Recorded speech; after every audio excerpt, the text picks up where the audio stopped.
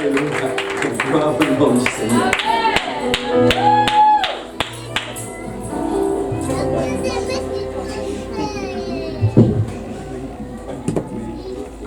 Gloire à Dieu tout le monde. Gloire à Dieu. Amen. Aujourd'hui, on va aller dans le livre de Luc, au chapitre 5, à partir du premier verset. Je lis au nom de Jésus.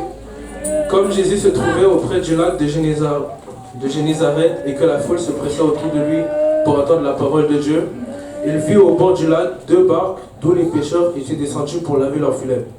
Il monta dans l'une de ces barques qui était à Simon et il le pria de s'éloigner un peu de terre. Puis il s'assit de la barque et de la barque il enseignait à la foule. Lorsqu'il eut cessé de parler, il dit à Simon, avance en pleine eau, jetez vos filets pour pêcher. Simon lui répondit, Maître, nous avons travaillé toute la nuit sans rien prendre, mais sur ta parole, je jetterai le filet. L'ayant jeté, ils prirent une grande quantité de poissons et leurs filets se rompaient. Ils firent signe à leurs compagnons qui étaient dans l'autre barque de venir les aider. Ils vinrent et ils firent les barques au point qu'elles s'enfonçaient. Quand Simon vit cela, Simon Père tomba aux genoux de Jésus et dit, Seigneur, retire-toi de moi parce que je suis un homme pécheur. Aujourd'hui, je vais vous parler de l'obéissance. Amen. On vient de lire un passage là où Jésus voulait parler à la foule, donc il monta sur un bateau qui appartenait à Simon. Après avoir parlé, il lui dit de jeter ses filets. Mais Simon, voulant argumenter avec lui, jeta un seul filet. Cet acte que nous voyons comme de la désobéissance a failli le tuer. Parce que ces barques étaient déjà en train de s'enfoncer. Il a eu besoin d'une autre barque.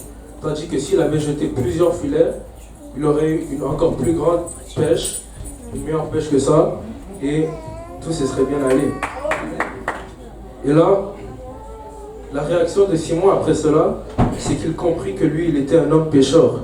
Donc il tomba au genou de Jésus et il dit, retire-toi de moi car je suis un homme pécheur. Ok. Mais maintenant, j'aimerais... on va aller dans le livre de Proverbes, au chapitre 30, verset 17. L'œil qui se moque d'un père et qui dédaigne l'obéissance envers une mère, les corbeaux du torrent les perceront et les petits de l'aigle le mangeront. Ici, l'obéissance, Dieu prend ça très au sérieux. Ici, il dit que quelqu'un qui n'obéit pas à ses parents, les corbeaux le mangeront et les petits aussi. Donc, c'est très important d'obéir à l'autorité qui est en haut de lui et d'obéir à tout ce qu'on lui dit. Ici, dans Deutéronome 28, à partir du premier verset, Dieu dit que si vous obéissez à mes commandements, vous allez avoir plein de bénédictions. Et jusqu'à peu près au 12e verset, il ne fait que les bénir. Mais après ça, il dit, si vous n'obéissez pas à mes commandements, vous allez vous faire maudire. Et jusqu'à la fin du chapitre complet, il commence à les maudire. Donc, c'est pour dire que Dieu prend vraiment très au sérieux l'obéissance. Et qu'on doit vraiment l'obéir. Parce que obéir, ça peut être très bon, ça peut beaucoup nous bénir. Mais désobéir, ça peut être encore dur. Donc, j'aimerais vous exhorter là-dessus aujourd'hui.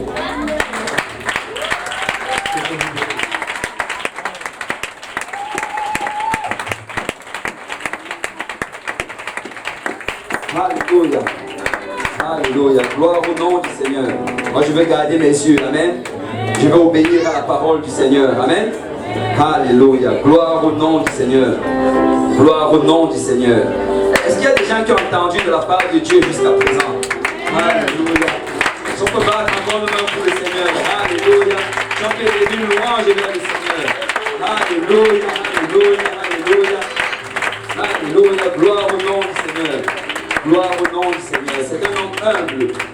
Alléluia. Mais c'est un soldat. Alléluia. C'est quelqu'un qui est prêt à laisser